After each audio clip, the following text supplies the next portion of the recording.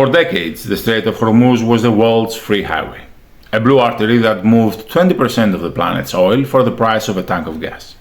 But in 2026, the highway has a gate, and Tehran holds the keys. Forget the old headlines about Iran surviving US sanctions. Survival is yesterday's news. Today, Iran is dictating the terms of engagement. They have done the unthinkable. They've turned one of the most critical international waterways into a private toll road. If you want your tanker to pass through the strait today, you don't just sail, you email. You wait for a clearance code, and then you pay. Whether it's $1 per barrel in yuan or direct crypto transfer to IRGC linked wallet, the toll booth is open for business. The world didn't think they could do it. The US said they wouldn't let it happen. But here we are. The free ocean now has an Iranian price tag. Somebody's plans must have backfired really badly. Now, think of a national economy like a garden during a record-breaking drought. The banks, they have dried up, and legitimate businesses are failing badly. This is where the shadow recovery comes in. Organized crime groups, acting as the commercial arm of the IRGC, are like deep-rooted weeds that thrive when everything else dies. They aren't just selling contraband, they are buying the garden. They offer predatory capital to struggling European firms. In reality, it is a debt for equity takeover. You take their liquid cash to keep your factory lights on today, but tomorrow they own your supply chain. Your logistics company or your tech startup suddenly becomes a laundromat for sanctioned billions. Iran isn't just fighting the West with missiles anymore. They are buying it, one distressed asset at a time. In the end, what did you expect them to do? Lay down and die?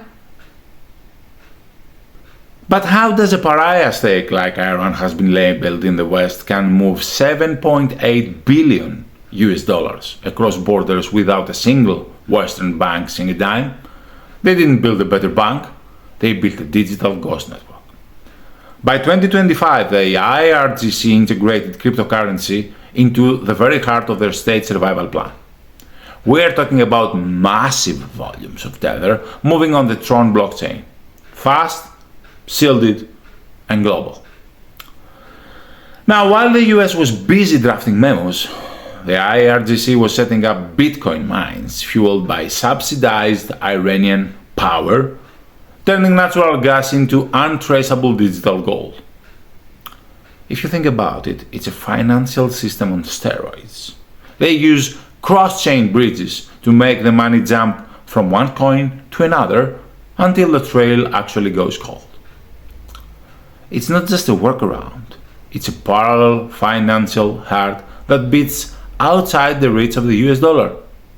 But don't worry, I'm sure all problems can be solved with a little bit of taxpayer milking. At least, some countries are very good at that. Imagine a massive iceberg in the middle of the ocean. Above the waterline, you see what looks like normal Iranian companies, construction firms, engineering groups, oil traders. But beneath the surface lies the empire. This is the IRGC's commercial network. They operate shadow fleets, ghost ships that turn off their AIS transporters in the dark of night in the middle of the ocean and swap flags to move oil to China. Now, this isn't just business, it's a state-backed evasion machine. They have created thousands of front companies in places like the UAE and Hong Kong. It's a game of financial whack-a-mole, where the hammer is always hitting where the mole was 5 minutes ago. They aren't just hiding from the system, they have built a system that is fundamentally invisible to your system. Good luck catching up. I'm sure everything is under control.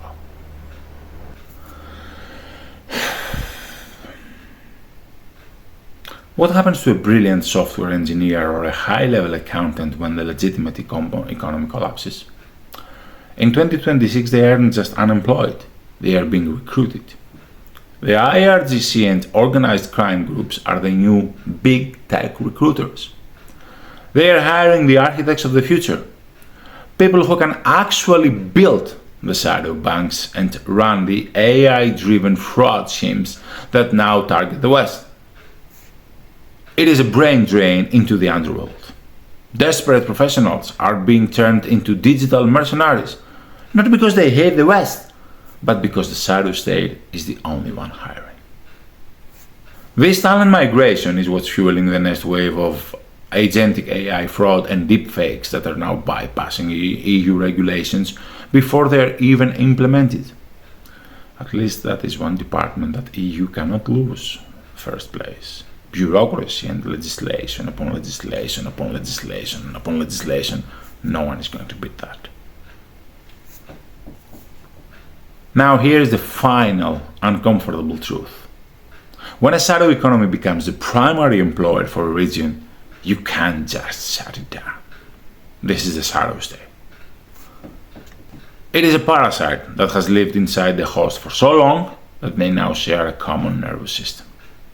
In parts of Europe and the Middle East, the legal economy and the criminal empire have become so intertwined that extracting the IRGC's influence would cause a total systemic collapse. You see, when people start relying on the underworld to pay their rent and buy their groceries, you have lost the social consensus for the rule of law. Shadow isn't just following us anymore, it has become the reality. It's a symbiosis. The question is no longer how do we stop Iran. Most people didn't even care about the existence of Iran before this whole circus show. It's how do we entangle ourselves before we are completely consumed. But I'm sure our leaders have the best intentions, so what could possibly go wrong?